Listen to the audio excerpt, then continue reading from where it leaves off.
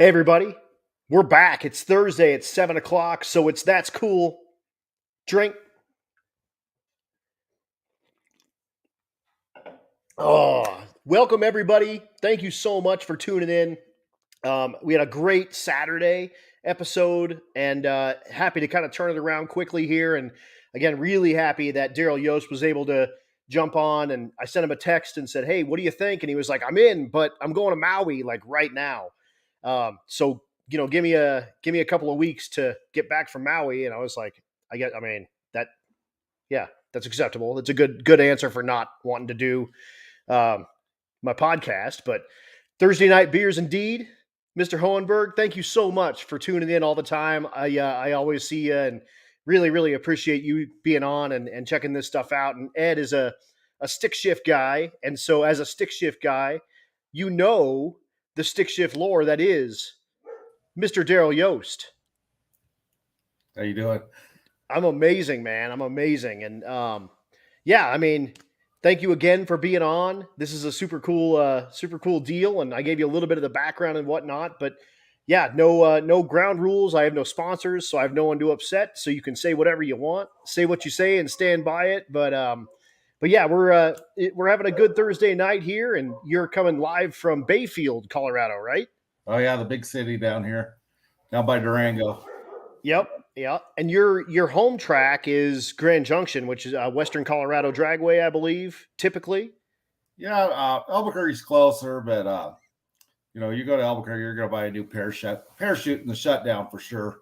You're Right. using a parachute. If you race a 4,000-pound car, you're using a parachute. You're gonna buy a new one at the end of the night. Where the people at Grand Junction at Western Dragway, I mean, they couldn't be nicer folks. I mean, I like Pueblo. I travel around. I'm 4 to 5 hours from the nearest track to my house, so it makes it tough to go do an event when you're competing against people that they're 800 pounds lighter than you, and they have 3 racetracks within 20 minutes of their house. Right. It's Right. pretty tough. Exactly.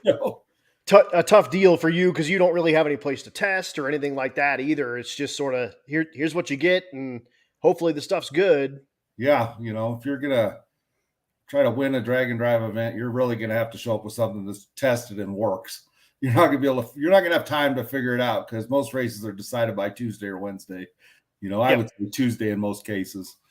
Yeah. Exactly. And that's no joke. You have one bad day, and you're done. Yeah. Unfortunately, you're out of the deal. So, yeah, for a guy that lives in the sticks, and if you guys don't know, Durango is kind of near the Four Corners area. It's down in the southwest corner of Colorado, sort of. You're a little Correct. north of that, but yeah, you're kind of in no man's land down there, and so how does a car dude end up in Bayfield? I wonder.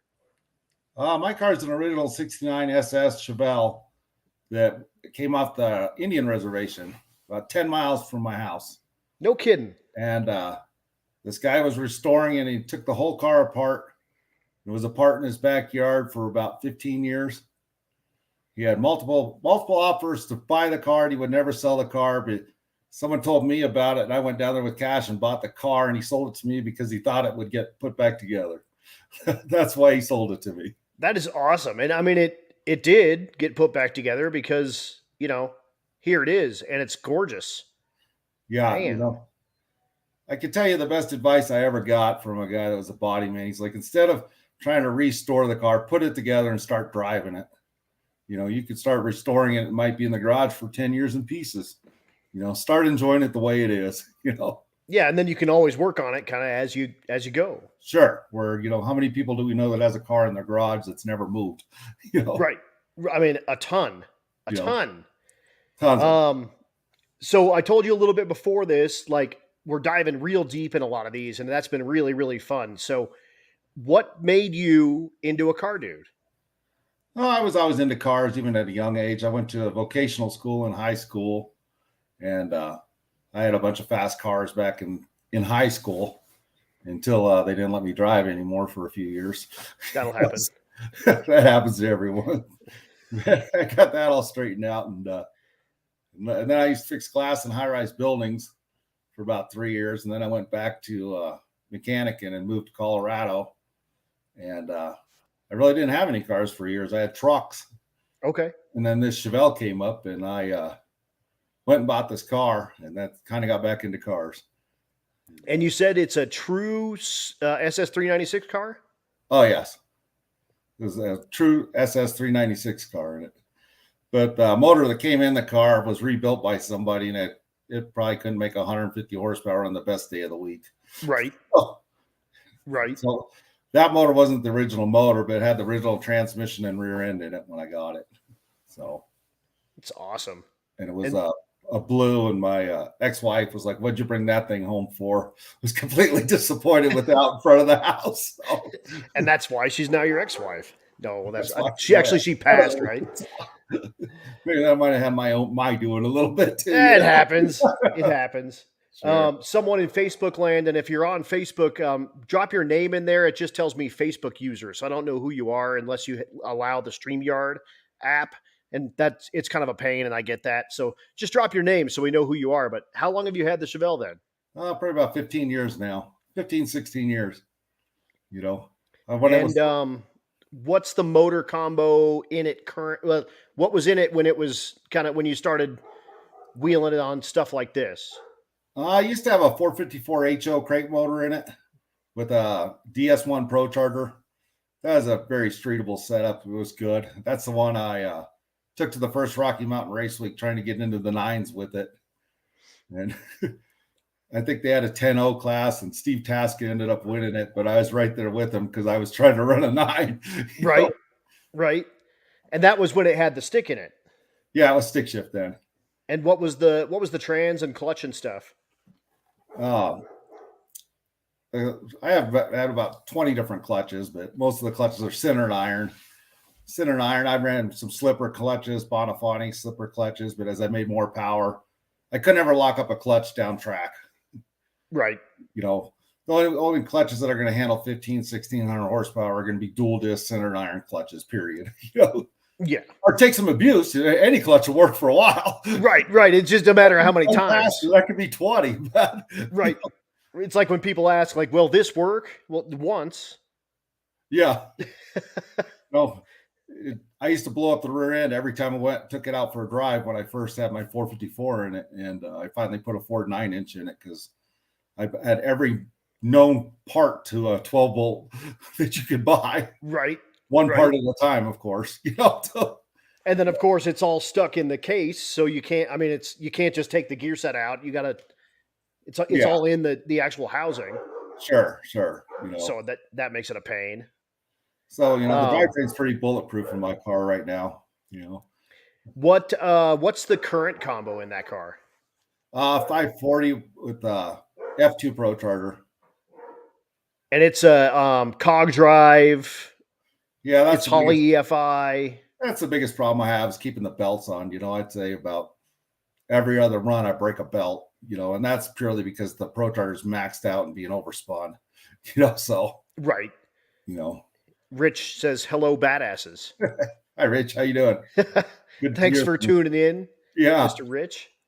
And I was going to go to turbos, but they're sitting in a box behind me actually, but because I haven't gotten around to it. And so I'm making some small changes to the car to overcome some of the problems I've had, you know. Totally.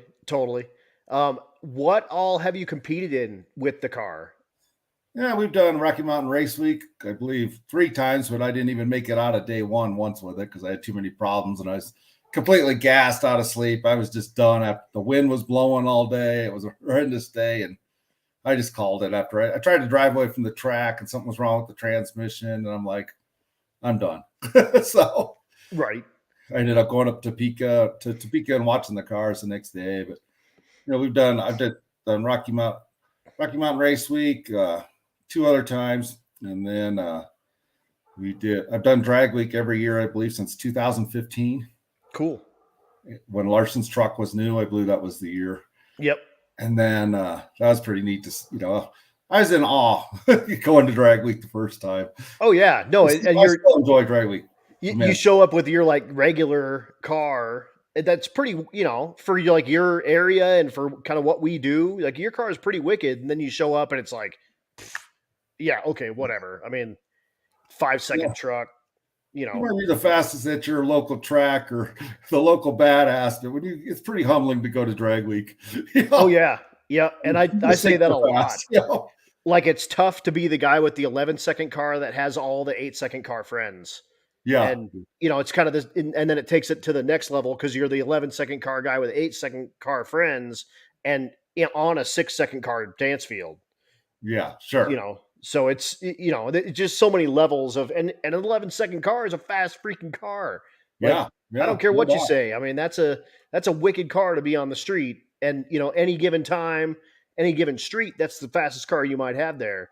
But yeah, all of a sudden you show up at drag week and it's just surrounded by amazing. Yeah, yeah, exactly. The first year I went there, I melted down the motor on the very first pass. I just wasn't smart enough at the time to know it. So I made it to day two right as they were closing the lanes, and the rules were back then that if you're across the line in the lanes, that you get to go down the track. And they announced the lanes closing an hour early, and I was about 3 miles away with the intake manifold off, putting my third set of lifters in it on a flat cam. And my wife called me, and I made it there through the lanes, and Larry Larson was there waiting to run. And the weather was getting better by the minute. So he was like, let this idiot take as long as he'd like. Tech guys made me get every single piece of change, pennies, anything on the floor, cup holders. They sat there and made me get everything out of the car. Then I think I went up there and ran an 11-second run or something to that effect. Right, And right. then that night I just ran out of parts and sleep, And That happens. that happens. You start breaking people don't realize the attrition it takes on you not sleeping every night.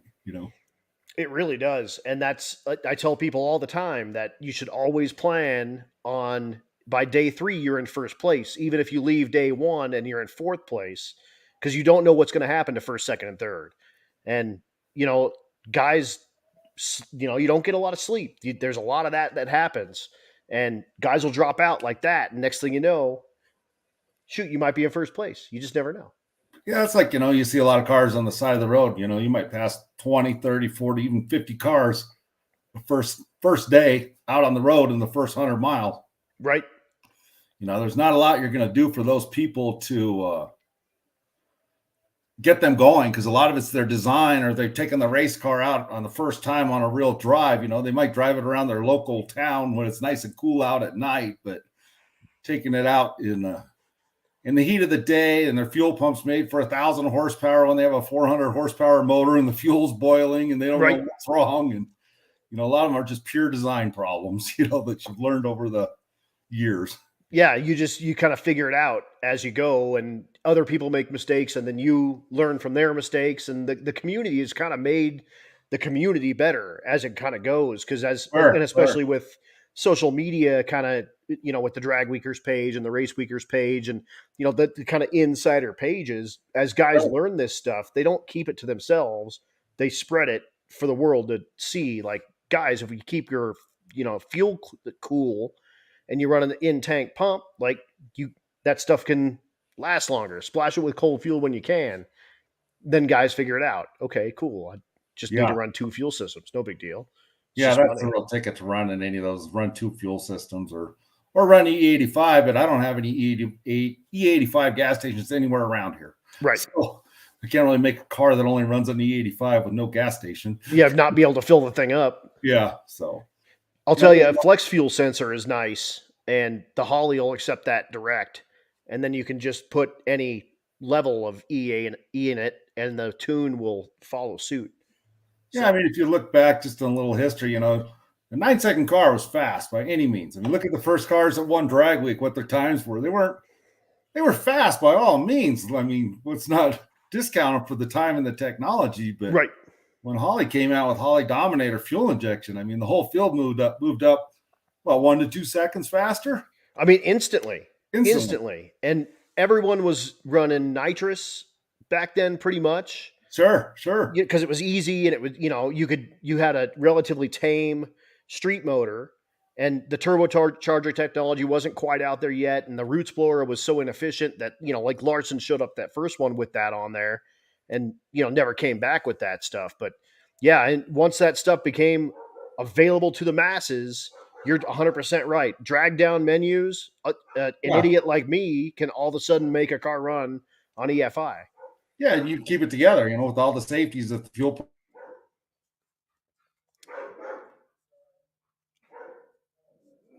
Shoot, did we lose him? I think we lost Daryl. Oh no. You got a little glitch there. Oh, there you go. We're back. We're back. Hey, that's cool. Must be my new fiber internet here. Yeah, it's just like screaming. Yeah, give up some internet that works for something that's supposed to be the best. That's marginal, on a good day. That's part of kind of living in the sticks. You just, I mean, you get what you get. Yeah, I can tell you my first drag week, what took me out mainly was, well, I burned some pistons, but what took me out was cam and lifter problems. And, Crowder had stainless steel rocker arms. I mean, that was a real, I don't know, problem solver, I guess. I went to drag week and some guy was asking for a rocker arm over the PA, and I see like 4 different people show up as I'm walking out of the bathroom with this guy's car, like they have them in their pockets. Right. And I'm like, I'm glad mine are brand new.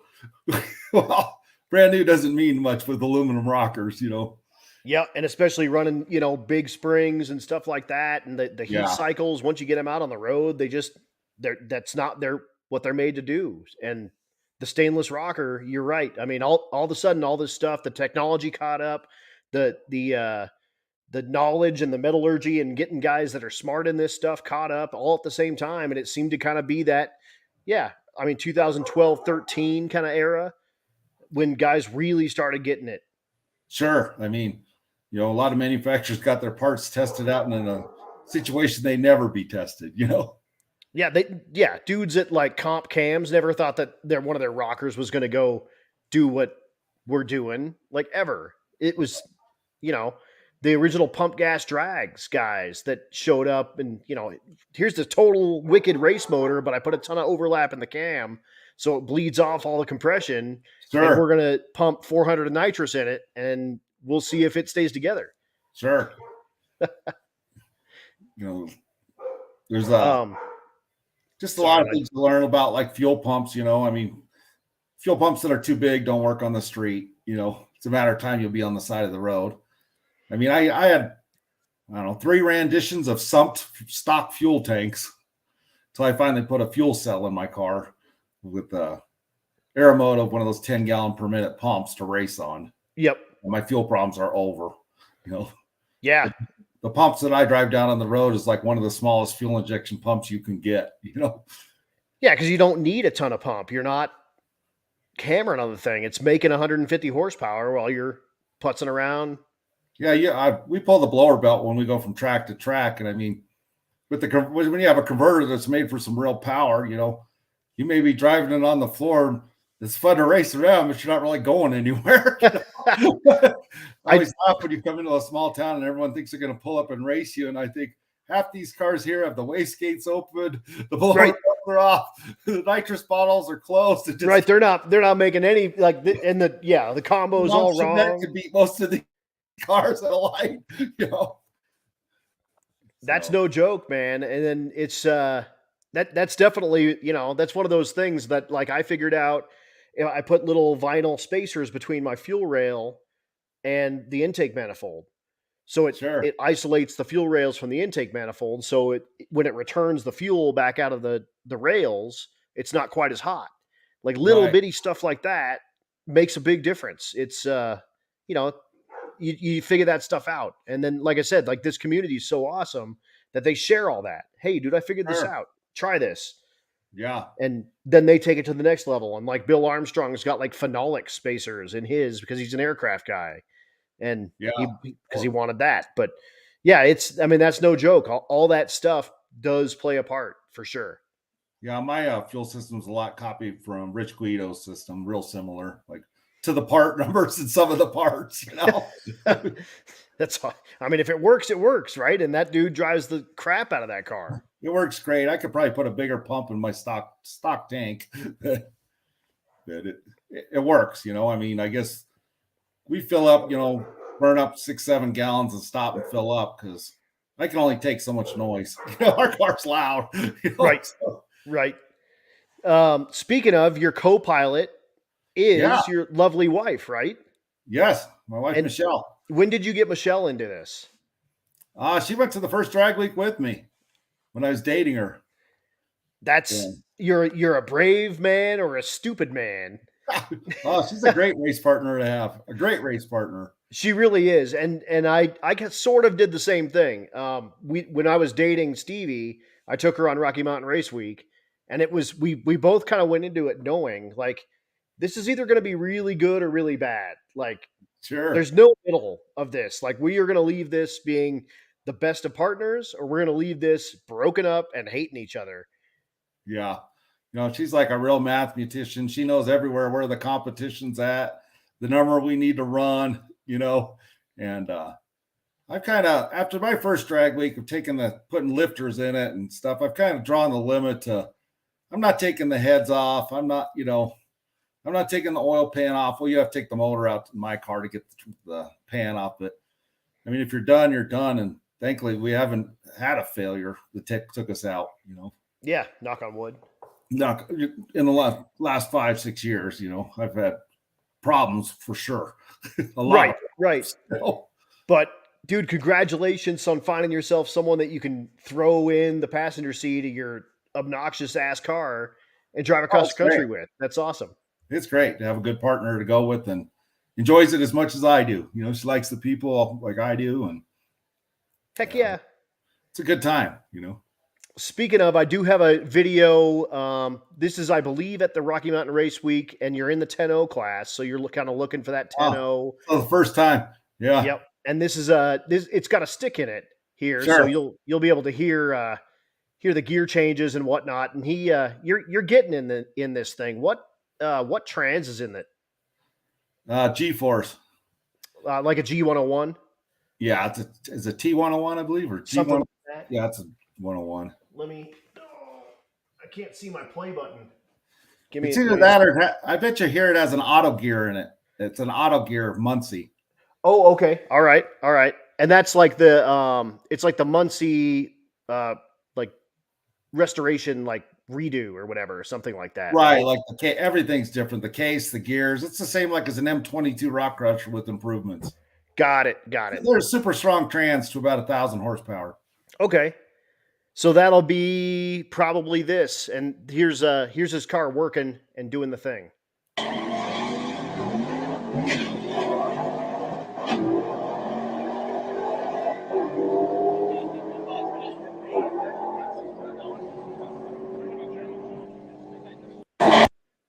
Yeah. And racing against Ben Wood in that one, I think, too. Yeah. Who's out in Grand Junction. I had him on earlier on I believe like episode 9 or something like that. And where on this podcast. Yeah, he's a good guy. Yeah, you can find all those if you want to run back through on my YouTube, look through the lives, and you can see all my previous ones. Yeah, and Ben and I talked for like an hour and a half, and we had a blast. It was a good time. Sure, he's a good guy. And Ed Hohenberg says that we have trophy wives. We do. We're lucky guys. You're damn right, sir. Oh man. So you also have a bracket car. Yes, the bracket car. Tell us about the Nova. The Nova is together and running with my leftover parts out of my Chevelle right now. I haven't really had time to race it, but one time in the middle of when winter was ending, and I went to Tucson and the wind was blowing and it was a miserable day. And I had rev limiter problems where I couldn't get to rev up. And then I finally made 2 decent passes in it, and it went 6.0 in the quarter mile without doing anything to it. But wow. I really bought this car with the idea of putting a stick shift in it and coming back to Rocky Mountain Race Week was my intention when I bought it. Yep. And but it's not street legal. It's only certified to 850. It's a great car. The engineering in this car when they built is pretty phenomenal. You know? Right. It's a full chassis. Full on tube chassis, light car. it's a Denver car. I mean, it was pretty familiar in Denver. I think. Yeah, I'm aware of the car. So it's in the garage. I've been thinking about racing it, but then I get into, should I race the Chevelle or should I try to go Well, bracket racing? that's kind of the what do you when you got two super badass cars, Yeah, it's a tough one to kind of figure out, like, what every are we once in a gonna while do? I keep thinking about selling the Nova, but I think I'd never find another one. So Well, put Michelle in one. Michelle has a new car. Does she? Yeah, What she got? she has a C8 Oh, Corvette, hell brand new. yeah. Yeah, it's great. She wanted a convertible for years, and I was looking at actually pro stock cars until I figured out that most of these pro stock cars are made for people like jockeys. They're about 5'6", 5'8". Yep. And my skinny ass don't fit in there. It's just like shoehorn and wedges. Man, this car would really need some modifications for me to fit in here. Well, maybe you could hire a driver. I'm 5'8". There you go. Hey. And she always wanted a convertible, and I was thinking, why don't I go look at the new Corvettes? They're fast with a warranty. And that's no joke. And they totally are. And they're fast and they're fun. Oh, it's a riot. It's totally different. But cruise control is your friend to keep you out of trouble. You start driving like it's a go-kart after a while, like you're just tearing around on it. Totally. And those C8s are just, exactly that. Mid-engine. I'm sure it drives so good. Oh, yeah. It's just completely different than, you don't smell like gasoline when you get out. Right. It's not obnoxiously loud. If it's got the active exhaust or whatever, it's all behind you. Oh, yeah. Who cares? Yeah.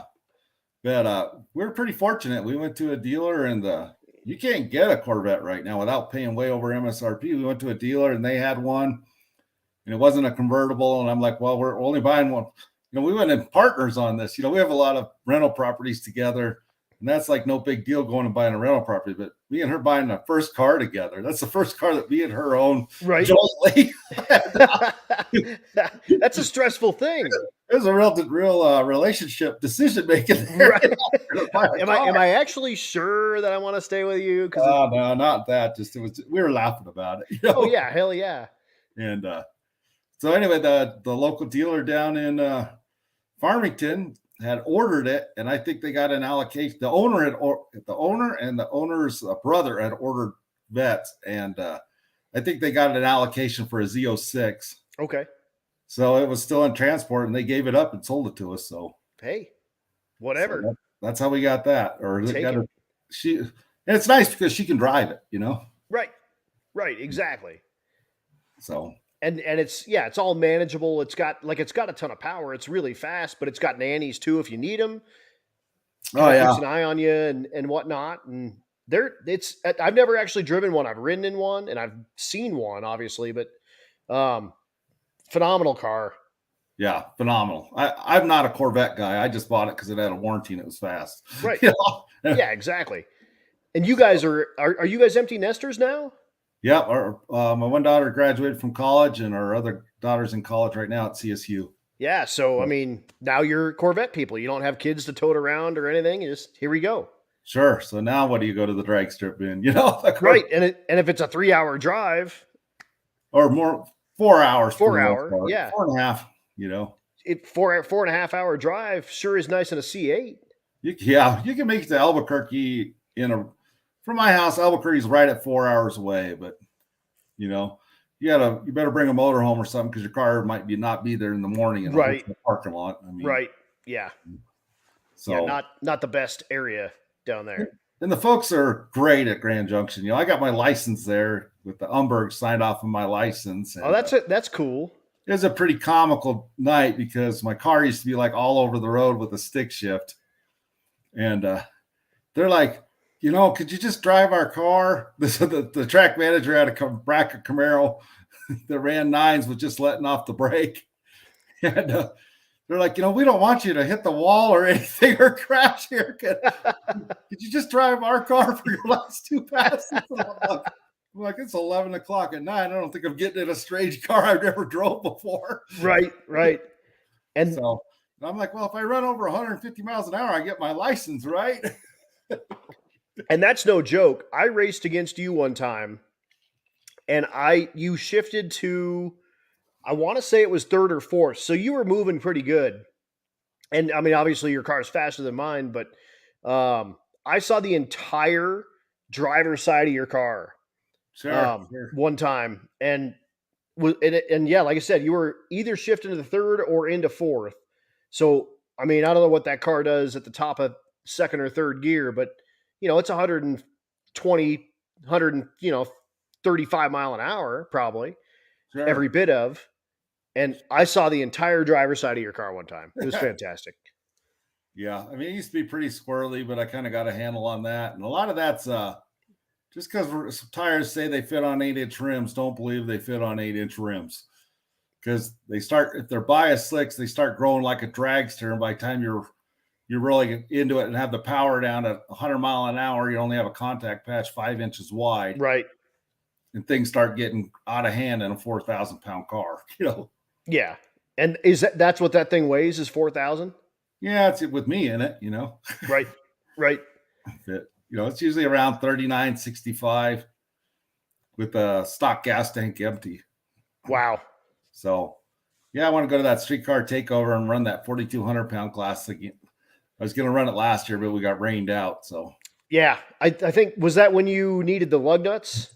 Yes, yeah, I came by your house. You lent me your grinder. Yep, yeah, had to loan him a grinder. He had lug nuts, but he has got long studs, and it had the end on the lug nuts. So we just ground off the ends of the lug nuts, and he bebopped up to streetcar takeover, and then unfortunately got rained out. So yeah, that was a long day.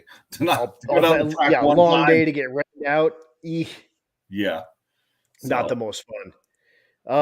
That's Denver though. Yeah, it's just there's 500 cars at the Lucas Oil race this weekend.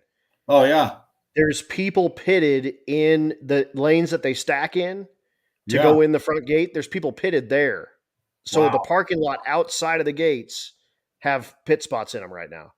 Yeah, it's gonna be pretty interesting when they close. What happens, Yeah, I mean, because all of a sudden there's 1,000 people that now our closest track is 3 hours.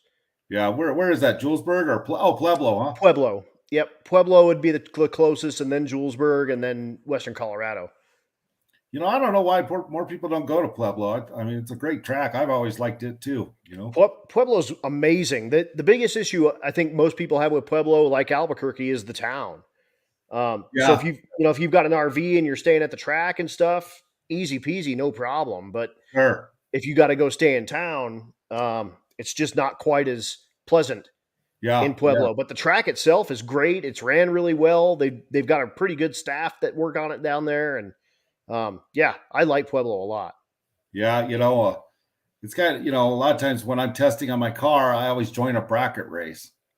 Because if you join test and tune and they got a lot of cars, you're going to sit over there in the last lane till 9, 10 o'clock at night for 4 or 5 hours till you get to make your first pass. So I always go and I join the race, and you're going to get 2 test passes, and then you're going to most likely go out in the first round. Right. And then you can buy back in the second round for $20. So you got 4 passes under your belt before they start. Then they'll start taking test and tune, or Yeah, exactly. I always join that's a tip to anyone that wants to dial in their car. Join the race. Don't join test and tune unless you want to hang out for a long time. Any track, not no fault to any of the tracks, but they got to get these cars down so they can go home sometime tonight. They can't stay there all night. And their bread and butter is their bracket class. Sure. Their test and tune is not, that doesn't mean anything to them. So that's their locals that come every week, but it's pretty funny when a car like mine starts knocking out like their track champion out of the race, and right. Because you come off a week of drag week, Rocky Mountain Race Week, any race week, I'm telling you could cut a light. Anybody that's raced all week and taken 4 or 5 lights a day, they're pretty deadly on a tree. You can figure that out. And a car like mine, they're so heavy. Bracket cars, they take off and they get to the end of the track and they're like, he's not even coming. They're not used to a car that's rolling on them at 150 mile an hour. Right. and they're just sitting there, at the end of the track. Yeah, like a they don't have 35-mile-an-hour power. difference.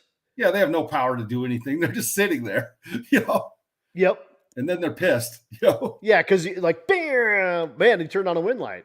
I've never really been a bracket racer at all, but one time I went to Grand Junction and I joined the race, and I get my 2 test passes in, and I think I was running the low 9s, and the DA was 10,000. And I thought, well, I'm right on the money for an 850 at drag week. So then the first round comes up, and of course, I forgot what I think I was dialed in at 9. I think I was going to try to run at 8, so I was like dialed in at 890 or something like that, and Right.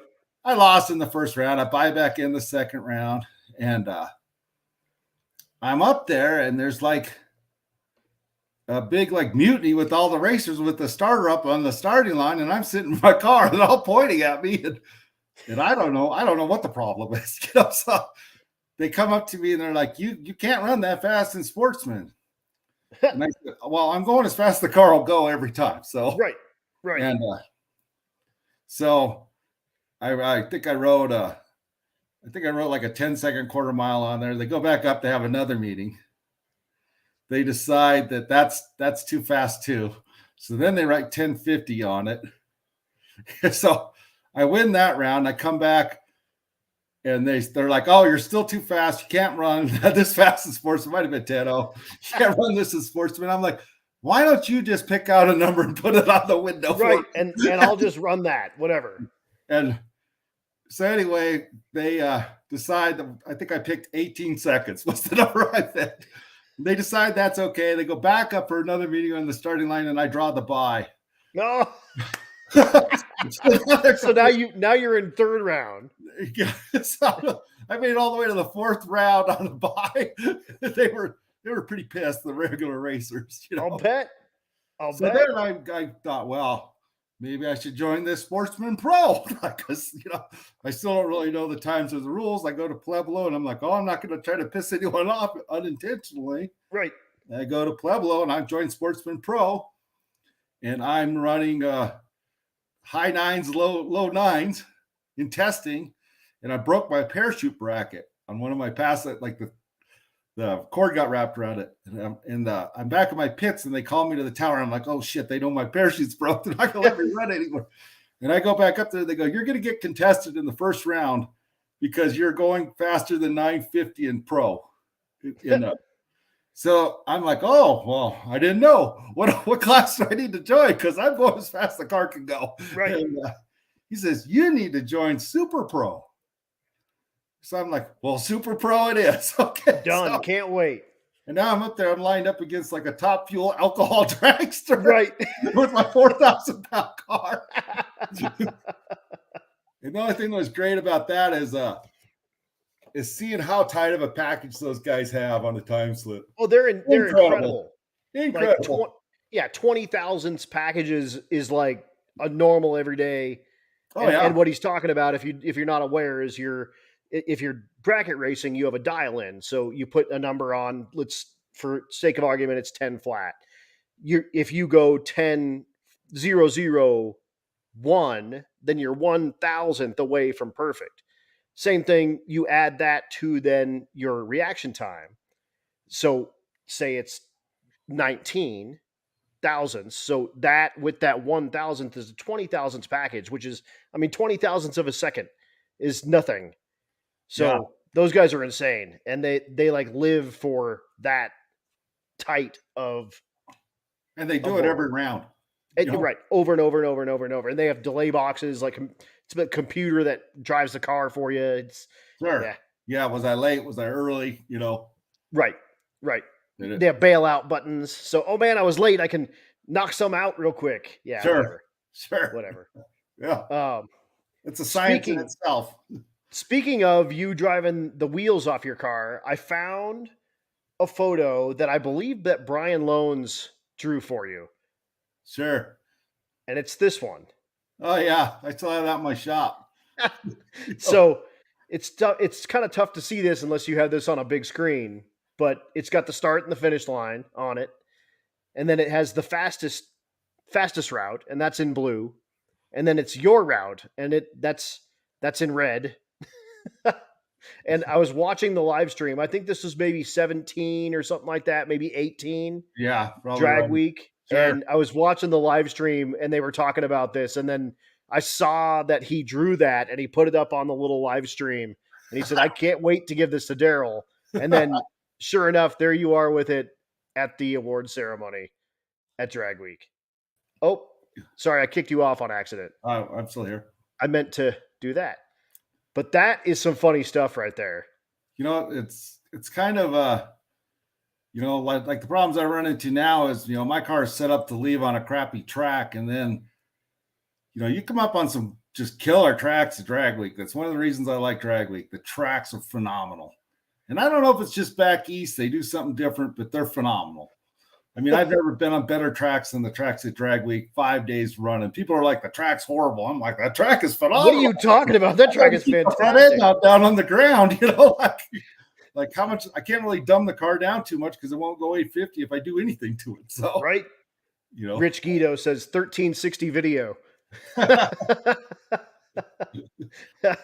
You added an extra 40 feet on the track, but sure, that's a funny that's a pretty funny deal, and that's a cool deal that Brian whipped up for you there. Yeah, at Drag Week.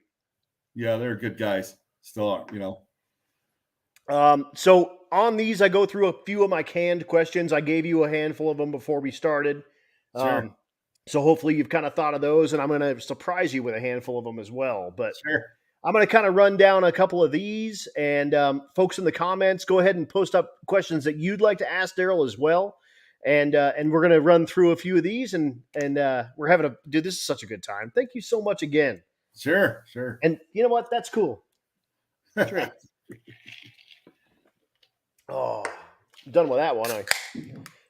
I get a fresh one going here. All right. So, what is the largest thrash that you've been a part of? I'd say 2015 when I took the intake off 3 times in one day. Oh, putting lifters in it to make it to thinking that I was going to continue on putting lifters in after lifters in after lifters in on a bad cam. That sounds miserable. It was miserable. I had another guy with me in 2016. He refused to go with me, and I went by myself. He's like, I don't want any part of that. So that's probably the biggest thrash I've ever had of trying to make it to the next track. We've got 2 in the peanut gallery. Ed wants to know when the stick's going back in the Chevelle. I don't know. Racing a stick shift in a 4,000 pound car is kind of a rich man sport, And then the rich man himself wants to know the fastest ET in mile an hour when it was a stick. I think I ran an 872 with it, like 156 at one time. I was knocking on 8.7s, 8.8s regularly. That's sporty, man. But the track was there. That's sporty. The conditions were right. Prochargers don't like hot air. So if it's hot and humid, Procharger cars do not like hot, humid air. And that was still a 4-speed, right? Yeah. So no overdrives or nothing. It was, that's straight cut gears. Yep. That's man shit right there. Yeah, a lot of them, when you have big horsepower, though, it's not, you're not leaving with all the power, that you have. You have a timing delay in there. You're just using brute horsepower to make the time, Right. Get it moving and then that same setup went straight to 850, 840 directly from putting an automatic in the car. So, Well, and that's, I say that to Bill Armstrong all the time. Like, you got a 790 car wrapped in an 860 car. Sure. That's a fact. But, hey, I like driving 4-speed. It's great. Yeah, it's a good time. It's a good time. I love it.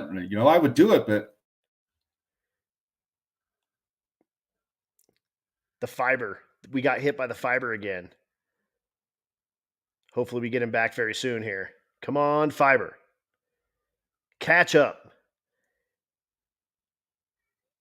Well, hopefully we get him right back. While we're running that, I was going to talk about this photo. This is me and Daryl at a streetcar race at Grand Junction, and this was a fantastic day. Um, they had a roll race deal that Daryl did, and I think that that was what his trophy was for. I've never roll raced before, and I gave it a shot, and um, I actually pulled Daryl first round in the roll race. Oh, and he's totally gone now. So hopefully we get him back very soon. But yeah, I pulled Daryl first round in that, and he just killed me in that race. I'm talking about the roll race at that Oh, I streetcar. lost you. I lost you for a minute there, so I'm back now. Oh So, yeah, no, totally, totally. While you were gone, I was talking about the roll race oh yeah, at that streetcar deal, and that was a and good time. talking about these trophies that we ended up with. But in that roll race deal, I ended up pulling you first round. Oh yeah, And I mean, my car is an 1180 car, sure. and your car's more than 1180 car. Yeah, So I came out of what would be the water box. They had the water boxes empty, so you could kind of roll through them. And I gave her hell. I mean, right? I cheated my ass off and almost wrecked the car, and just watched you just drive away. yeah, But yeah. that was a super fun day. What a fun time. I drove my car out to Grand Junction, which over the highway passes and everything like that was it's I don't know 275 miles or something like that, but highway passes. So a Sure. full 3.5 hours, pretty solid with that car. And went out there and won a little bit of hardware. I actually this trophy that I won is from the 12.0 index class, Right, which they call heavy street. right. Yours was yours from the roll race? I was from the roll race, and they decided to discontinue that event after that. They decided it wasn't really fair, is what they said to me. Because I asked, "Oh, you guys having the roll race?" And they're like, "No, that didn't work out too well." I mean, I think the guy that I raced in the end took like an 80-mile-an-hour run at the tree. Right, right. And you still ran him down. Yeah. So, And this was I in the finals I raced a guy with like a I don't even it was maybe a Lamborghini yeah, or something like that, and just not a normal kind of racer guy.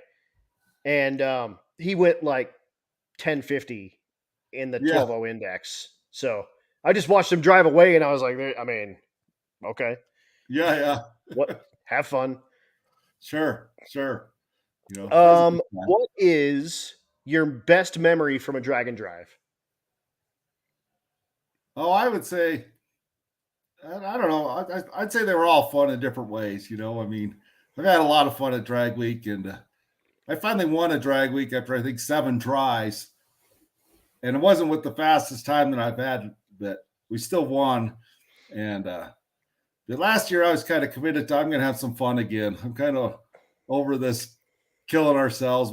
We are where we are, and let's have a good time. Right? And it was pretty good. We went to that town, was it Elizabeth, Illinois? Uh huh. And burned down their downtown Main Street in the middle of nowhere. Hell And yeah, it was a good time. It was a really good time. that's It awesome. was funny. The local cops came, and they were okay. And then like some state patrol type came, and he put a stop to everything because this was like downtown, their Main Street between all their buildings. That half of them were vacant. There's probably 300 people out on the street by the end, and they were pretty excited. Biggest thing Right? that happened in their town. Yeah, like ever. But the best part about it, when one of the foreigners with their YouTube channel, I think he's from Sweden or something, goes up to the cop and says, so the skids aren't okay? And the cop goes, the skids were never okay. That's good. But I had a lot of fun. I had a lot of fun. And in 16, I went by myself and I met a guy named Mike. And we were at St. Louis on the Oval. I believe registration was on the Oval. Hmm. And when I got my car out of the trailer, it wouldn't run. So I finally figured out it was the distributor size at the end of the check-in line.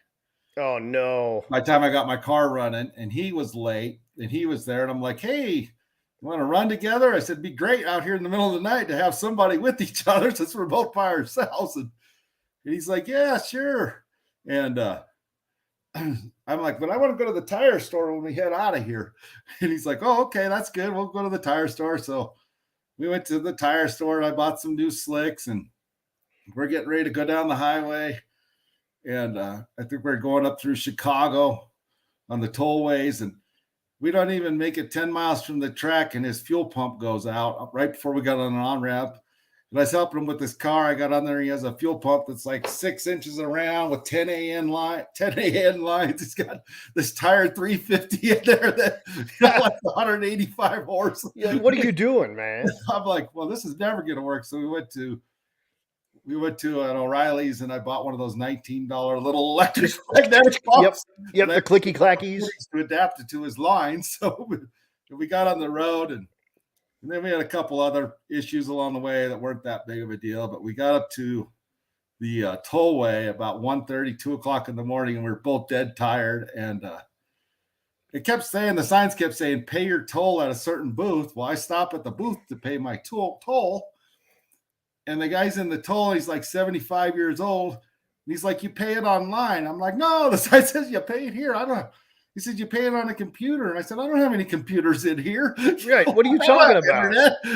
I mean, look at what I'm driving here, crying out loud. So he reluctantly takes my money and he types it in his computer for like 5 minutes while I'm sitting there, basically pays my tolls online for me. Nice. And he told me pull forward, but I was in the what? Because I couldn't hear anything by that point of the night. I thought he said I was done. So I drive away, and I'm waiting for Mike to get through the toll booth. And I look in the mirror, and he's like Forrest Gump back there running after me down the tollway. And I get out like, oh, what's wrong? He's like, I told you to pull forward so I could get your license plate, not leave. But he had already taken my money. So I think that's a big issue if they take your money and don't have a car for the money to go with. Valid. So anyway, he's basically told me, get the hell out of here. I'm done with you. And, right. I'm like, well, that's my buddy back there. He needs the same treatment. So I'm in my car just laughing my ass off while he's back there in the toll. And it's taking the same thing. He's back there for like over 5 minutes. And all of a sudden, I thought his motor exploded at the toll booth. But I kept hearing him revving up his car, and one of his radiator hoses completely blew off. Okay. And all the antifreeze pours out right at this guy's toll booth. And now he's like ultra pissed out of small. And he pulls up next to me. And I'm like, what happened? He's like, oh, I don't know. I think I blew a hose. And I'm like, he's like, what did you do to that guy? I said, oh, I just told you needed to pay your toll. And then I broke I had too much pinion angle, and I broke a U-joint and broke the rear yoke. I bent the rear yoke at Great Lakes Dragway the next day.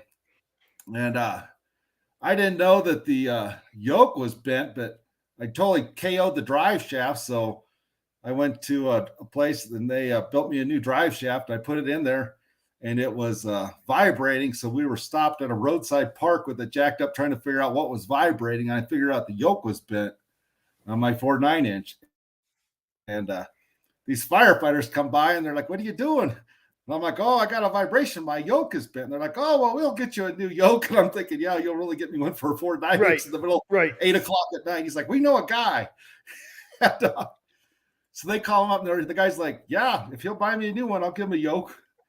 So they're like, well, come to our fire station, and you can work on your car at our fire station.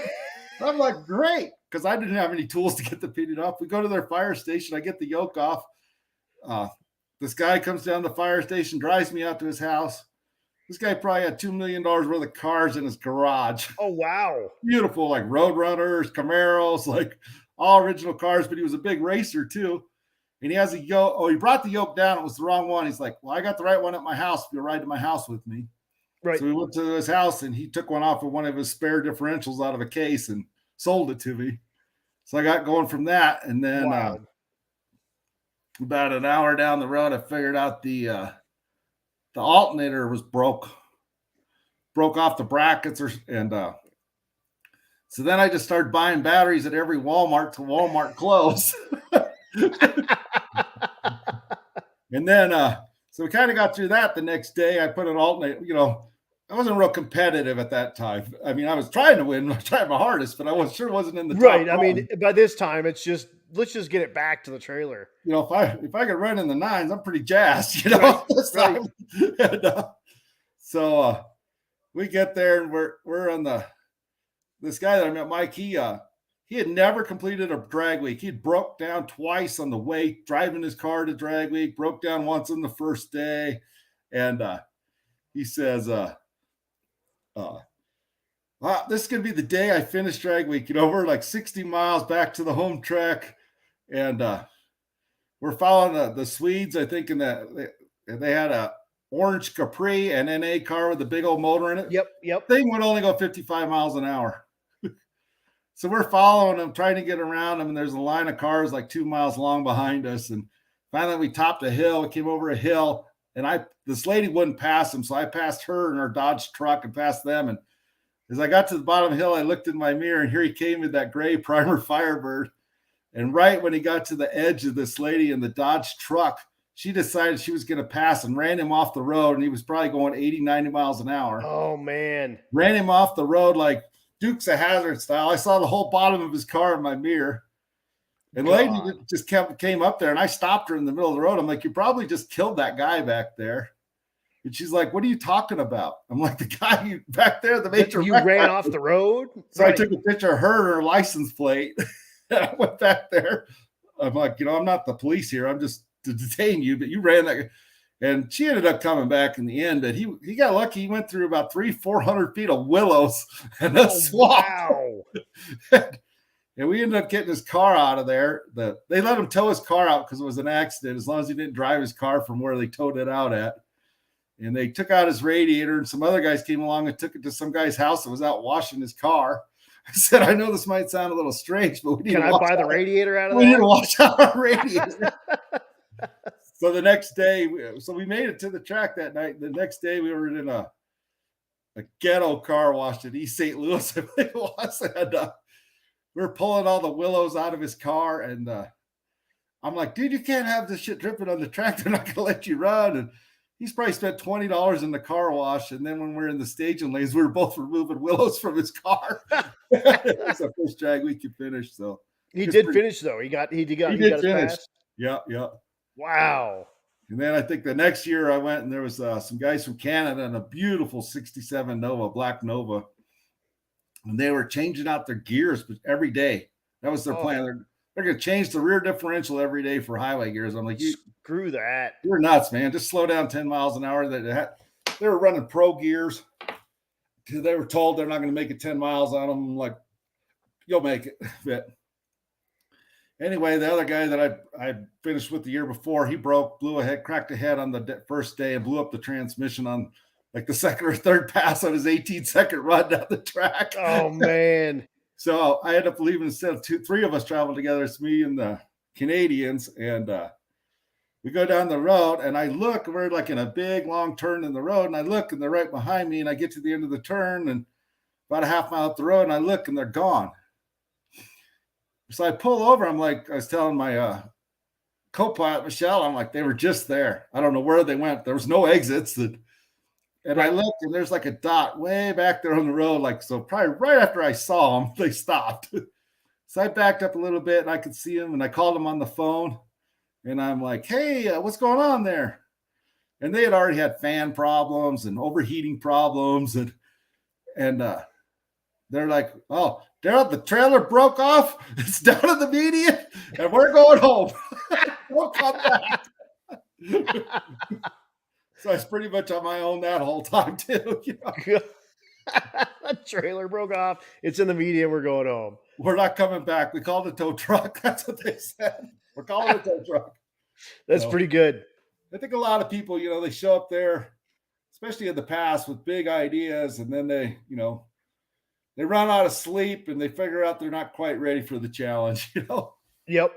Yeah. And that's, like Ed Hohenberg said earlier, especially drag week, it's a different thing than Rocky Mountain Race Week, especially now. Sure. Rocky Mountain Race Week races at night. We travel in the day, Sure. and we have travel days. So drag week, you're racing every morning, you're driving every night. And Yeah, all night. and if you have an issue, then God help you. And it's with a 4-speed or power glide in the car, it's 1-to-1. So Yeah, you're 55, 60 miles an hour, and that's what you get. yeah, exactly. We usually cruise 60 to 65. Yep. Yeah, and I go 85, but Sure. I have six gears, and I've Yeah, got a .5 overdrive. So 80 miles an hour is like 1600 RPM. It's almost where the cam is still trying to lope a little bit. yeah, And yeah. it's My cam doesn't like it till we get to $3,000. That's where it wants to run, right. 2,800. So Yep. And it's so it's just everything's a little different, and what works. now there's some real advantages traveling at night. I'm telling you, we usually travel. We leave the track. We're always last to leave the track. It seems like we leave around 4 o'clock. We drive for an hour till the car's just heat soaked and hot. And we usually, if I try to find a mall that has like a cheesecake factory, we go in, Right. Sit down and eat. have a nice dinner because we know we're going to be out all night, and then we go. But we're out there at, we're coming in these small nights on towns on a Tuesday, Wednesday, and we're there at 11 o'clock, midnight. The cops are already wore out. They plumb worn themselves out. Right. We don't need to pull any more people over. Just get them the hell out of here. It's the attitude, As quick as you can, leave our to county. The checkpoints with flashlights at 1 a.m. Right. So where everyone else has already gotten no muffler tickets, like on the Facebook group, it's going to cost you $75 to drive through this town if your car is loud. Right. They've all gone home, gone to bed by the time I'm coming through. Yeah, they don't give a crap. They just want you out as quick as you can get out. Yeah. See you later. They love you or hate you. That's how fast cars and loud cars are. They love you or hate you. Indeed, and that's just how it is. But Michigan, that area, people there love cars. So, they're a lot more receptive. Totally, that makes a ton of sense. I mean, Wisconsin, up that whole area. I remember just the volume of people out in small towns at my first drag week. And my first and second drag weeks was phenomenal, Oh yeah. The first time you kind of get out there and you're like, wait a second, this is what the world's like? Yeah, like their whole streets lined up with lawn chairs waiting for cars to come through. Right, exactly. So exactly. Tell me about the one that got away. What car did you sell that you shouldn't have? I don't know. Well, it's probably time for most of the cars to go, and tell you the truth. Right. I don't really, I'm not a seller. I don't sell my stuff. That's why we have 12 cars right now. Because they're paid for. And, I may have missed some good deals on cars because I didn't buy them right then. But right. I could usually make a decision on the spot if I'm buying something or not, But I don't have many cars that I sold. I had a 71 Mach 1 Mustang that was fast as hell that I sold that I wouldn't mind having back. But that's a cool year too. That's like the kind of redheaded stepchild, big Mustang. Yeah, it had a 351 Cleveland in it with a top loader and 411 gears, and but that was snotty. 4V heads on it, and I'd blow it up street racing about every 4 to 5 weeks, and I'd go find a 2V motor out of some Ford and rip the heads off, put my cam and my top end in, and be out back racing by Friday. Hell yeah. It was fast. It was a fast car. It was fun, And then I had an IROC Camaro that was, those things, if you fix the transmissions in them, 1,500 was right at 50 and $3,000 was right at 100. And you could get them up to 4,500 RPM. Right. Right. I got a ticket in it, and the guy was on a motorcycle on the side of the freeway, and he already had his radar put away. He's got his bike riding waiting for me. And I was like, I want to see your radar gun. He's like, oh, I got it right here. With your tickets. Here you go. Right. Come on back to my motorcycle. So Bob Rupel, Big Block Bob on YouTube. What events do you plan on doing this year? I registered for Drag Week, and we plan on going to Drag Week, but we're kind of having a toss-up of I kind of feel like I might owe it to my wife to do something different this year, and might go cruise the West Coast in the vet, or something fun. That'd be cool. Something different for a change, Yeah. Try to hit some more local events this year, because I don't usually hit too many local events, because I like to go to the lake and do other things. And we always had kids and I was doing kid stuff. So, so I think I'm going to Drag Week. I'm, registered right here. So we'll see if see if you end up making it. I'm the type that might just get in the car the last day at midnight or something to drive. Let's just go. Hell yeah. I mean, my car's pretty solid anymore to where it just goes, Yeah, right, and now, once you kind of get it sorted out like you have, you don't have to tinker with it or anything. It's good. You know what it's going to run. You know it's safe. Right. It's good to go. Yeah. The things I'm doing to the car right now, I've always avoided. I didn't want to put an electric water pump in it. I've put off putting an electric water pump in my car because I've seen so many people on the side of the road with toasted motors over electric water pumps because when they start failing, sometimes they work, sometimes they don't. They let the car cool off. The water pump's working again, so they think that they don't think it's the water pump, and I just really never had enough power to go around, but I'm upgrading my alternator because I'm constantly fighting low battery issues. Right. I'm usually charging like 13.2, 13.1. So I bought one of the new Power Master Serpentine 150 amp alternators. Yep. And then what are they, 95 at idle? So you can run some cooling fans. They'll actually be spinning the right speed while you're idling. Nice. I'm trying to overcome little things at this point, Which is nice. I mean, it's so nice when you get to that where it's like, I just need to worry about little pet peeve kind of stuff. Like, yeah, the water pumps always was driven with the blower belt. So I'm hoping to get the water pump out of the system, run a shorter belt, maybe a better belt life. I'm going to run way more boost down low and not rev out the engine till high, and shift early into second, and then run it out the back door with the blower over revved. Right. And see how that combination works. Where I've always been a high RPM guy because a lot can go wrong, and if you're at high RPM, things don't break. Like rods, bearings. Right. I always run C16 in my fuel cell, I've had a lot of things go wrong, especially with those sump pump fuel systems, stock tanks lean out on you and things of that nature go wrong. But the motor lived through it because I was running C16 where it it probably could have ran on 110 octane, but it wouldn't have lived. Right. Yeah. The couple of times you screwed it up, messed up the tune or did something weird or lost an injector or who knows. Yeah. It's just cheap safety, Yeah, exactly. What is your favorite drag and drive, either car and or driver that isn't you? Well, I like Goldstone a lot. Is probably the person I root for the most, That Javelin, man. It's a pretty badass car. And he just won 6 Summer. And the Taylor's car is pretty badass, Alex has a nice car, great people, They have a lot of good people there, They have a slew of cool cars. Oh, sure. I mean, the 55 is cool, and the Nova is cool, and the cab over that Dennis is building is cool. Like, all of that stuff is they do so much cool junk. Yeah, there's just a lot of good people there. I mean, I like all the cars. I guess I'm not too a fan of the LS Mustang. I mean, maybe I just have a grudge about them giving up 800 pounds to him on the starting line. Nothing really wrong with them other than they're a dime a dozen, Right. And I mean, and they're cheap and, they are light and they work, but I get it. I get it. It's a cheap way to go fast, but it's been done. Well, it's a cheap way to go fast and have a lot of fun, and it's proven. It 100% is 100% proven. And at 15, 20 grand, you can go fast. Oh yeah. No, exactly. Bring the time to bring the stick shift back. Everyone wants the stick shift back, Daryl. Yeah. Well, Well, back in the Nova. They're not the one paying the bills when it breaks the shit.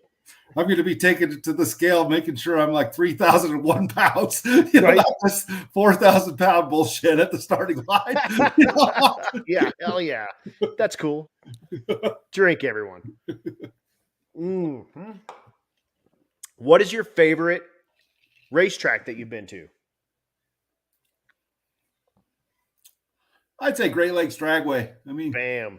There's not many places you go to on a Tuesday, Wednesday. 10,000 people literally in the stands drinking beer at 10 o'clock in the morning. And partying with you. 6 Summer went through there. And same deal. Same exact deal. You know, Packed to the gills, loving drag racing. I think that's a great one. I've never been there. I need to go. I mean, I like St. Louis. I'm not a fan of the neighborhood, but the track's usually pretty hot, pretty good there. You know, It's I like mean, Pueblo. what's that? It's like Pueblo. Yeah, Like it's hit or miss, but I've had some good runs at there. I guess I've gone there where we had just mine shaft where I went. I ran at 836 there. wow. So, and then I went at 850 the next pass with the parachutes out at the 1,000-foot mark because I was on the rev limiter at the 1,000-foot mark, and I'm like, this is way too fast, way too fast. Went 850 on the money with the parachutes out, my foot off the gas. So, what is the fastest that car's been? probably that run 836. 836. If the air is good, it'll go 840. It'll run an 842 somewhere in there. Man, that's cooking. But you know, when you don't have a track to practice at, a lot of times when it's cold and the air is good, I'm letting off the gas, guessing. Right. At the end of the track, I'm purely going for like, oh, it's awfully fast. Oh, the yellow light's on. Better let off. And usually, if I'd have just kept it on the floor, it'd have been a perfect 850. Then the weather goes to shit in the afternoon, and I can only run an 860 or an 870. So that's how it works. Yeah, you know, damn it, those turbo guys just give it a little up arrow and away they go. You know, they're right, exactly. Oh, I missed it by 2000s. I'll try again. Let me just You're like, get the fuck out of here. Oh man. So that's good. That's good shit. You know. Trailer or no trailer? You know, I'm a fan of the trailer just for security reasons.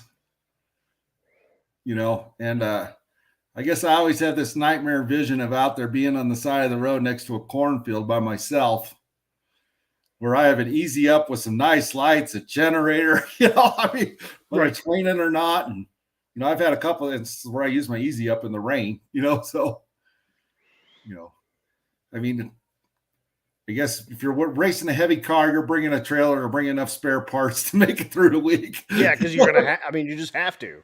You know, back if you're racing something light that doesn't really break, yeah, I probably wouldn't run a trailer, you know. That's good advice. You know. Guys, I'm getting down to the end of my questions, so go ahead and put your questions up. Again, got Daryl Yost in for the night, and once we get through the next couple of questions, I think we're going to go ahead and wrap it up. But sure. Been thrashing on Plan A. What I miss? You missed everything. Is what you missed. It's all. You missed it all. But that's crap. His name escapes me now, but he's won the trophy, the Turtle Trophy. Jonathan Stonecipher came up with the slowest naturally aspirated big block. He built a little trophy, and it's got a little turtle on it. Okay. And he's won that 2 times in a row now, but you have to finish. John, that's right. John Gilman. Thank you. I'm sorry. Your name escaped me, but yeah, a lot of the race week guys have started making their own little like mini trophies and mini like weird awards, and he's won now 2 in a row the slowest naturally aspirated big block. So thanks for tuning in right at the end of thrashing on your Nova. He's got a Nova that he's putting together. So nice. And it is cool. Yeah, you know, I mean, I was going to promote my own race too the day before drag week. You know, you got to have some turbo junkyard LS with some Chinese eBay turbos and see who can win. Yep. See who can oil down the track the most times so they don't have to do it first thing in the morning of drag week. Right. They just make their own class at the first day of drag week, and you guys blow all your shit up. Yeah. Torch the heads, you know. Do whatever you're going to do, and then we'll come out and go do our thing. Motors on pre-order before you even, you know. I like that. It's getting pretty old at some of these events where they're selling 350, 400 tickets, you know, and they're oiling down the track every 15, 20 minutes with one of those, you know. That's true. I mean, that is true. And I'm just saying unproven combinations the first time out of the box. We're going to try them out today. You know? Yeah, and we're going to let the wick all the way out. Like, you know, the turbo should make 1,400 horsepower, so we're going to make 13. Yeah, they don't need wastegates because they're sized for the engine, right? Yeah, it's fine. It's good to go. So, What advice would you have for for a newbie, someone just getting ready to get into this? I'd say go have a good time, talk to people. You'll meet a lot of people there, and people are helpful with new people. I mean, people are friendly. I guess my advice would be make sure your car works before you get there. And I'm not saying you drove it to the next town 40 miles away and had lunch and drive it back. Why don't you take it on a 300-mile drive in the heat of the day? Leave that morning, come back at 5 o'clock, and return home in the afternoon and see how things go. Right, right. Like, can you get out of your car? Can you even stand up? Can you hear anything? Yeah, I see a lot of people, they physically can't do it. They're overheated on the side of the road in their car. Not the car, them personally. Right, Like, right. Oh, and I think we lost him in the fiber again. But like John said, like the first day has a ton of people finding out that their stuff just ain't going to do it. And it is just part of it, unfortunately. And it's it's one of those things that if you're a brand new person and you've never done this, and that, like Daryl said, we got Daryl back. Bam. yeah, yeah, 40 miles? Dude, you're almost where you're going in 40 miles. And to be honest, like look at a map. Like 40 miles it looks like a long way on a map. You got to drive 300. I mean, get out and go bang some miles on your stuff and see if it does it. Because, like, dude, Rocky Mountain Race Week this year we're going Kearney to Pueblo. Or I'm sorry, we're going Kearney to Bandimere, Bandimere to Pueblo, Pueblo to Kearney. yeah. That's gonna be a So long drive. Pueblo those to Kearney. east-west drives are insane. Oh yeah, No good, no good. yeah. But They're long. yeah, and like Pat Cook says, and Pat, if you haven't paid attention, Pat has the Grom on Rocky Mountain Race Oh Week. yeah, yeah. I saw that on YouTube. Yep. Yeah, so Yeah. he's got the Grom, and he said it's just as much what you can do as what your car can do. Sure. And in his case, the Grom. But that's 100% true. Like that's a lot of people forget that. Like the car is only half of the equation. Like you've got to get through. And Yeah. there's a lot of, you got to figure out living on lower sleep, and you might be getting the shit kicked out of you. You might have taken the rear end out of your car 3 times. Sure. And Sure. and there's just a lot of stuff that comes up that, I mean, you might be picking freaking trees out of your car after Yeah. someone ran you off the road. Sure. So Yeah. there's just a lot that happens. And Yeah. John, oh, sorry. John wants to know if you have an overdrive, and you don't, right? No. Yeah, my No, converter's pretty tight because it's a supercharged converter. So, right. I don't really need an overdrive converter, Yep. Yeah, And exactly. and you kind of run into a problem with your if your trailer's heavy and your car is heavy, you start running into converter slip. Even so, if you put an overdrive in it, the slip's gonna still be there. If Yeah, not, and it actually gets worse because now so I'm right at the limit of like, well, sure, I can cruise 75 all if the conditions are right. But if I'm pulling my trailer, the transmission temperature starts soaring, right, right. I mean, I have kind of a comical system, and a lot of people are just blown away when they find out, but I just have all the safeties programmed into a red light on my dash. So I don't have any oil pressure gauges, voltage gauges. I don't have any of this stuff to start worrying about when I haven't slept for 3 days. When the light turns on, I get on a laptop and figure out what it is. Figure out what in the hell's going on. It's usually low fuel pressure, but I mean, I've seen people dismantling the motors in parking lots because they think the oil pressure is low because they drove the car for 6 hours. And I'm like, what do you think? Maybe the oil's just really hot? Right. And like super thin, and you just wore it out. And I'm like, what exactly are you going to do when you get this motor apart? It's like you got some cam bearings in the truck. Or, right. What exactly do you plan on doing? You got low oil pressure, you got big problems. Right. You're not gonna fix that. That. So I don't Bob have a bunch of wants to stuff know. to worry about. Bob wants to know parking lot beers or Gatorade. Yeah, I usually drink a lot of water and Gatorade. I'm not too much of a beer drinker on the road, but when I'm at the hotel, that's a different story. But well, yeah, parking lot. I get pulled over. I tell you, you get pulled over, you're not drinking. You're already ahead of the game. You're probably driving away without any tickets. I mean, right. At least your chances of driving away without tickets goes way up. Way up.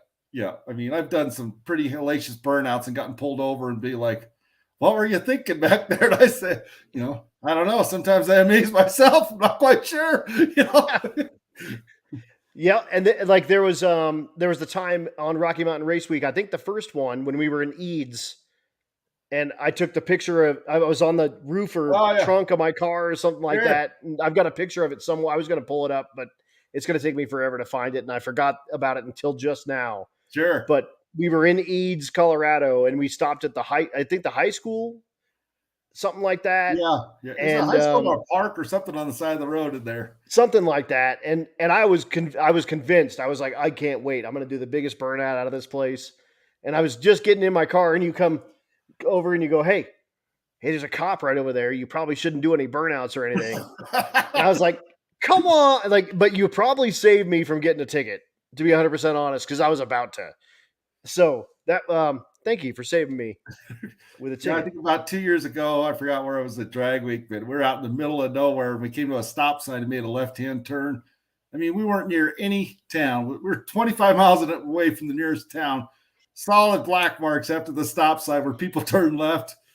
And I started getting on it, but I didn't really get on it. And about 1,000 feet down, there's a cop hiding into the cornfield, and he's backed into like some little tractor access. I'm like, man, he would have totally had me. Yeah, I'm really glad I didn't do that. Yeah. So. And Ed comes back and says same thing as last year's body wore out, and then his car followed, and that's definitely a thing to consider. Heat stroke's a real thing. Stay cool. Stop. Oh yeah, Go into. There was, I've told the story a couple of times, and if Rich is still watching, Rich and Bill and I were cruising around, and it was hot, and I think we were on. I think it was race week. I'm pretty sure. I can't remember exactly. And Rich was having some fuel. It was boiling his fuel. It was so hot. Sure. So he would get 5 miles and then stop and let the fuel cool, and then we go 5 more miles and stop. And finally, it was like, this is stupid, guys. Like, let's pull over at a rest stop and let's just like open the trunk. Let's hang out. Let's make a sandwich. And sure enough, I was kind of like semi right out of the army at the moment, but I looked over at Brad, and he had stopped sweating, and I was like, uh-oh, all right, everyone, take off your shirts, and everyone's going to dump a water on yourself, and you're going to drink one right now. And sure enough, I mean, all of us were on that cusp of where we were going to be in a bad spot. And it was a good thing for us to sit and hang out and do nothing. And it probably ended up saving at least some of our like sanity at the moment. But yeah, every morning, our race programs, we're usually hopefully in bed by 1:30, but we're up at 5:30. Right. We're off to Walmart. We buy 100 pounds of ice because we run a ice water intercooler. Yep. But we always have a huge cooler with ice. So we're in good shape. Loaded up with water. Seems like I buy beer every time with plans of drinking some in the parking lot or something. Right. And I end up drinking it at the awards at the end of the week. That'll happen. That's part of it. Around all week in there. So, Ed says sometimes you need ice cream on your nipples. You might know something about that now. I no idea what you're talking about, man. No idea what you're talking about. But the first rule of race week is you don't talk about the weather. And that's true. Now we can talk about when we pranked Cletus. Yeah. Yep. We can definitely do that. That was a pretty good prank. So tell that one. Let's do it. What's Cletus's name? McFarland? Garrett. So Garrett came with the stripped down vet that was fast as shit to race stick shift. And yep. Prior to that, me and Bill were alternates to be on the show. What was that show? Not Pastime. Grudge Race. Grudge Race. Me and Bill Armstrong. So we had to come up with some gags, and Bill bought this ugly maroon purse with colored lace, turquoise lace or something like that, like off the Indian reservation someplace. And he's going to make me wear this thing around for a week if I lose. And I had something for him if he lost. And So you had to have some kind of gimmick was part of the show. You had to tell them what your gimmick was before the show, and so they accepted us, and we ended up not racing because they decided, or Bill's car broke. What happened? We actually got chosen, and Bill's car broke, and then they decided my car was too fast for the other car that was there. So right.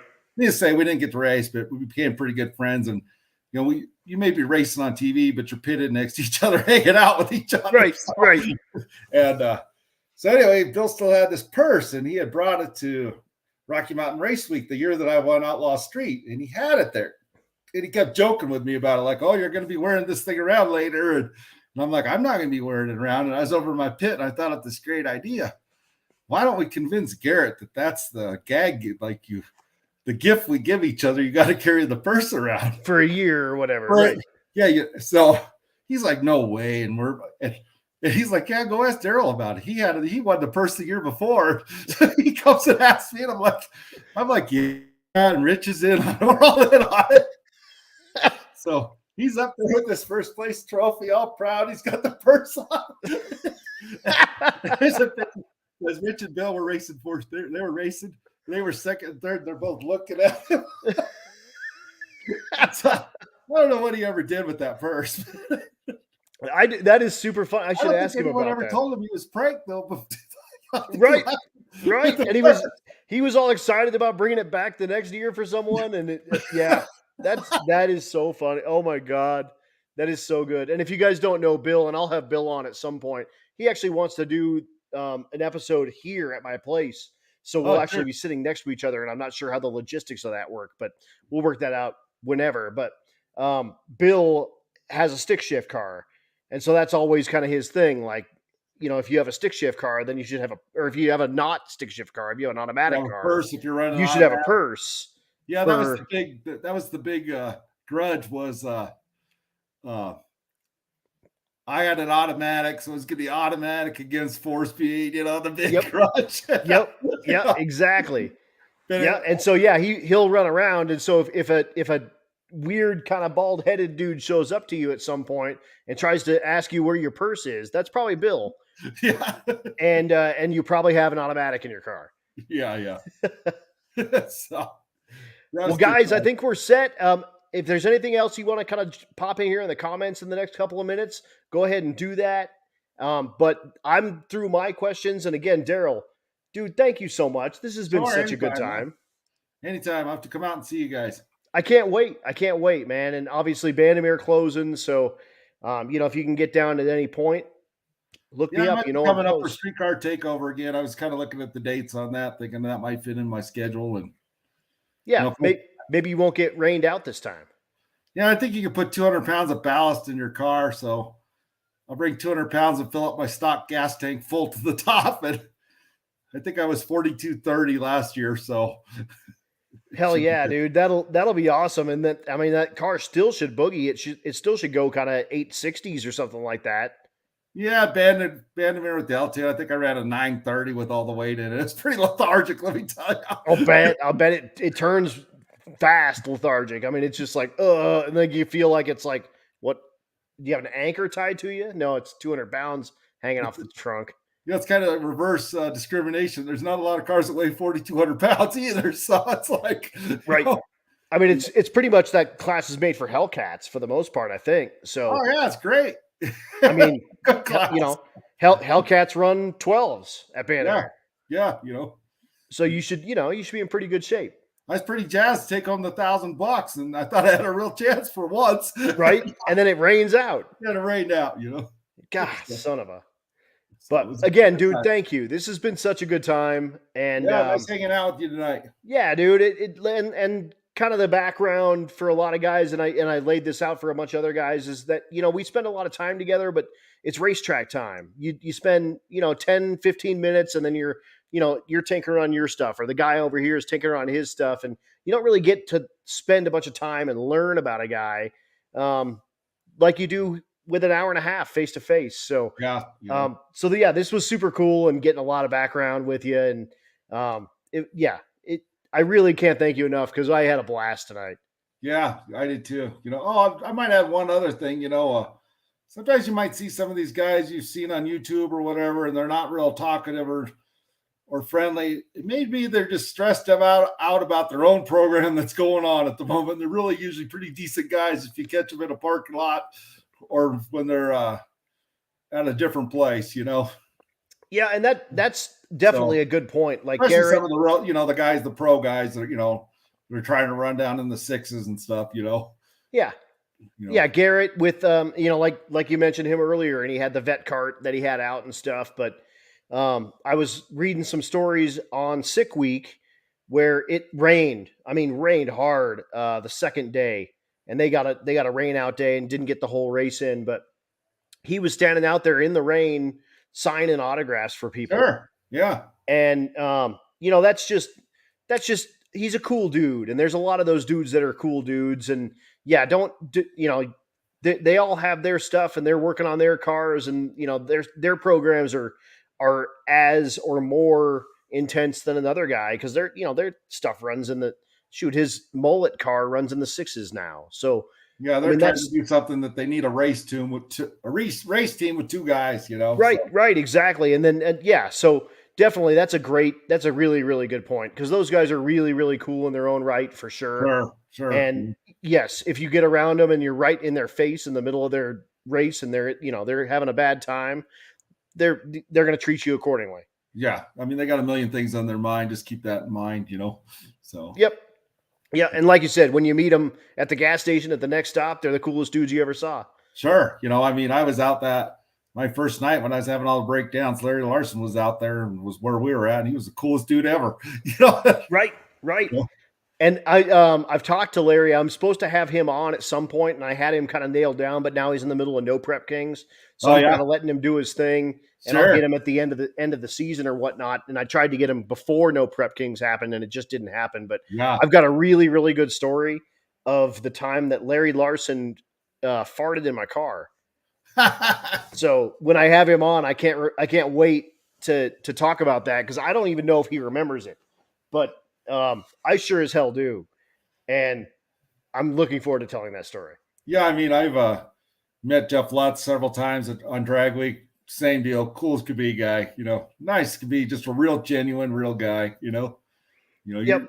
You're happy when you see these people like the Taylors, Lutz, and all these people that came from Drag Week actually make it. It's Yep. great to see people and Yeah, and they're doing really well, and they're really making a run at making a living doing this, sure. which is, dude, that's Tough. only good, man. I mean, good for them. Yeah, I think a lot of their kind of hate comes from jealousy. I mean, honestly, yeah. if I could do what they're doing to make money at it, I would do it in a second. And When we all, I mean, in a second, man. when And we all, and if you tell me that you wouldn't, I'll call you a liar, and then sure. I'll call you jealous. Yeah. I'd But like to see them come back again. I'd like to see Lutz and come back and make another run at with today's technology and what they've learned in No Prep Kings. they could light the stuff on fire. I mean, it would be insane. It would be insane. It would be Give insane. Bailey And some real competition. one of my best parts with Larry is when they started changing the rules in No Prep Kings, Yeah. and he made his S10 into the long bed, A long bed. Yeah. but he called it the schlong bed. Yeah. That's great. I mean, and it was built out of duct tape. I mean, that's good stuff right there. I don't care who you are. Yeah. A lot of that stuff you just got to realize, they're trying to film a TV show as much as they're racing too. Right. And they're still having fun racing and doing stuff like a schlong bed. I mean, come on, man. That's If awesome. you've ever been involved in any of those filmings, you're kind of like, we're going to get these things out and run them, or are we just going to sit here? Right. Like Grudge Race. Like I kind of heard some of the background with that. And I think they're kind of back and they're trying to push those things out. But I've heard a lot of that where it's just like, man, like you said, like you're on this TV show and you're supposed to build this, like, oh my God, we might fist fight, but you're pitted next to the guy. It turns out you end up by being buddies.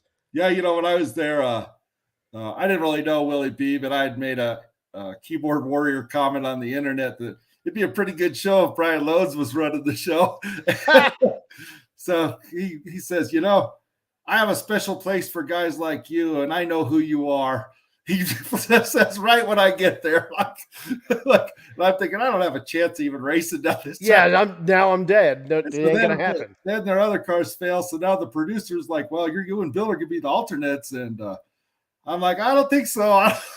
Yeah, I internet warriored that dude, man. He won't. This dude doesn't like me, doesn't even know me. And, he's done good. And, I have no grudge against him. He's always been a great guy when I've seen him. But that one day, he was like, I got a special place for guys like you. Why you're Mark on my. Yeah, and he basically called you right out on his own show. Oh, yeah, it was great. Oh, that's good. I mean, so that is good. Well, Daryl, thank you again. Sure. I'm going to put you in the background real quick. I'm going to say goodbye to everyone that has hung out, and I'll bring you back on, and I'll say goodbye to you myself all right, off air here. Take care. But dude, thank you again, Daryl Yost. Dude, it was such a good time. What a great hour. Doesn't this time go fast? Hour and a half? Doesn't feel like it was an hour and a half, does it? That's quick. It moves quick, and it's awesome. But yeah, it is. Thank you again. And ladies and gentlemen, Daryl Yost. Thanks. Put it together. Guys, how much fun was that, dude? Super duper fun. And Ed Hohenberg, you're right. That was the best show ever. This was such a good time. Daryl is a good dude. Very, very funny, full of good stories, been on all these things, and just there for the right reasons, having fun.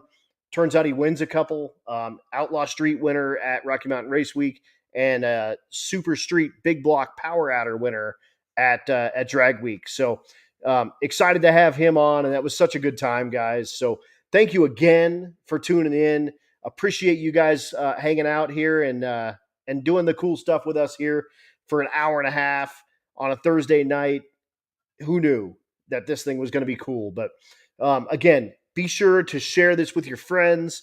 This is, in my opinion, the biggest sleeper sort of podcast in this world that exists right now, because we are having some fun. Like, go back and watch that Ben Wood interview. Ben is amazing, and some of these people are guys that you've never heard of, and it's very, very cool to get them in front of you and kind of hear their story and whatnot. And guys, I'm having a blast doing this. So hit that like. Tell your friends about this that are interested in this kind of thing. Give me a subscribe. I'm at just shy of 500, which is a very cool deal for me. So the more you kind of interact with me with this, the better this stuff gets for everyone moving forward. So that said, guys, thank you so much for tuning in to That's Cool Drink, episode 15. We are